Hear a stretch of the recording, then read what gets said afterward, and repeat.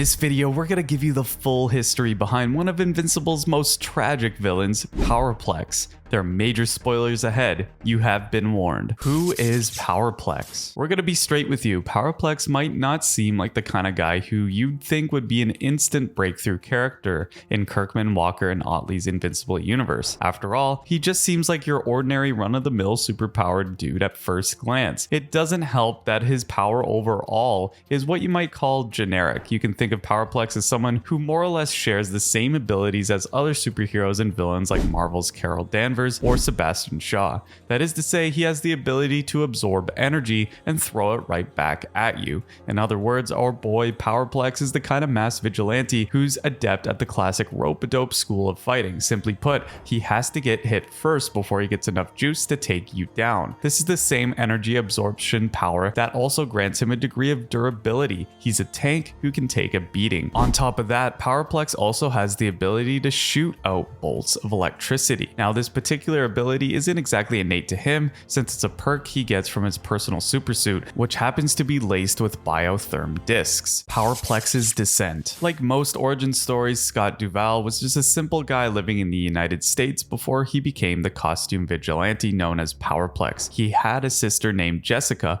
prior to the beginning of the Invincible saga, but take note guys, Scott had a sister. That's because by the time he made his debut within the pages of Invincible issue number 59, Scott's sibling has already met her tragic end. Specifically, the young lady was one of the many casualties incurred when Invincible first tussled with his dad in the middle of the city. Aside from that, we also know that Scott has a wife named Becky and a son named Jack. And speaking of Becky, she's as ride or die as it gets. Powerplex's story starts right in the thick of his revenge scheme. You see, Scott blames Invincible and Omni-Man for what happened to his sister. As it was, Jessica lost her life after the building she was working at collapsed during the Graysons' fateful battle.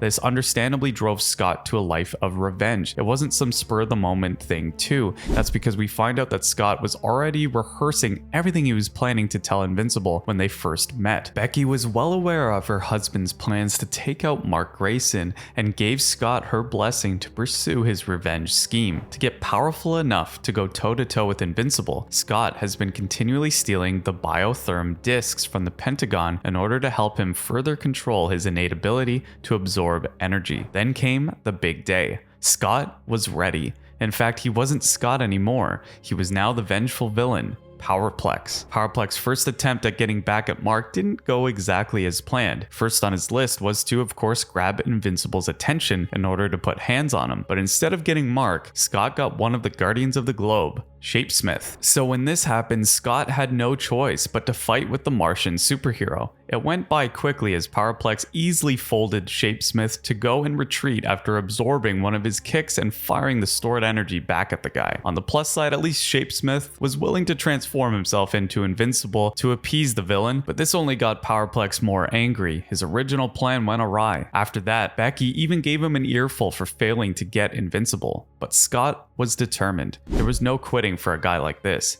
A man whose mind was made up about vengeance. After a bit more planning and a few more stolen biodiscs, Powerplex made a second attempt to finish his mission. So again, he tried to get Mark Grayson's attention, but he still didn't get what he wanted. Instead, the Guardians of the Globe arrived to stop him. Specifically, Powerplex threw down with none other than Rexplode. Just like his earlier fight with Shapesmith, Scott was able to get the better of Rex and the Guardians before escaping. Now, Scott was almost at his wit's end. After all, what does a man have to do in this universe to get the revenge he so desired? Then, he got a brilliant idea. Well, he and Becky got a brilliant idea, to be more precise. To finally grab Invincible's attention, the Duvalls decided to feign a hostage situation, one where Powerplex would pretend to accost Becky and their young son, Jack. And finally, it worked. This time, Invincible himself arrived on the scene to try and defuse the hostage situation, so it was all hands on deck. In dramatic fashion, Powerplex asked Mark if he knew his sister before revealing her ultimate fate. Now, as you well know by now, Mark is one stand-up guy, so upon hearing Powerplex's tale of woe and his motives for revenge, Invincible could only empathize with Scott. It's just sad all over, guys, because Scott was already in so deep at this point. He was hearing none none of it. In his response, Powerplex attacked Invincible with one of his electric blasts. And just to show us that he really is a true blue superhero, Invincible opted not to throw down with Powerplex. Instead, he chose to get to Becky's spot to try and free her. The truth is revealed, however, when Mark discovers that Becky was in on the ruse. His attempt at rescuing the supposed hostages blew up in his face,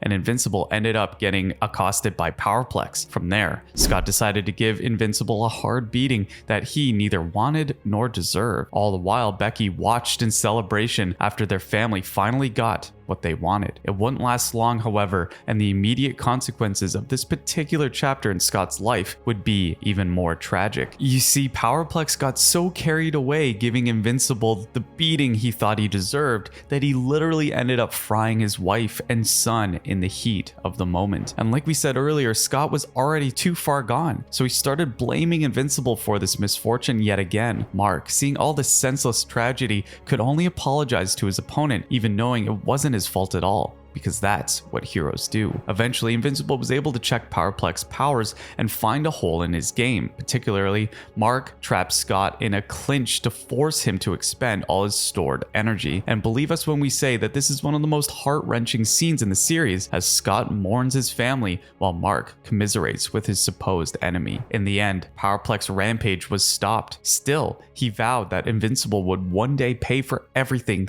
he's done to him. Scott would be out of the picture for some time and would only re-emerge during the event known as the Invincible War and its immediate aftermath. Here, Powerplex took advantage of the devastation left by the alternate Invincibles from various alien dimensions, which allowed him to escape incarceration and proceed with another attempt at Mark's life. He eventually spotted Invincible, but as before, Powerplex's revenge plot went haywire when classic Image Comics team Youngblood intervened and aided Mark. Regardless, you have to give Powerplex an A+ for effort, because the man knows how to fight. Powerplex was able to hold his own for a little bit, but an L is an L, and Scott ended up in the hands of the Global Defense Agency after Youngblood member Badrock was able to target his weakness. Simply put, it was jail again for this poor, vengeful villain. Powerplex's ascent. Now, what makes Powerplex such an interesting character isn't just his tragic backstory, it's his whole evolution as a character. Even more impressive, it's the fact that Kirkman and Otley pretty much did this in a handful of issues, as opposed to the mainstream superheroes like Batman or Wolverine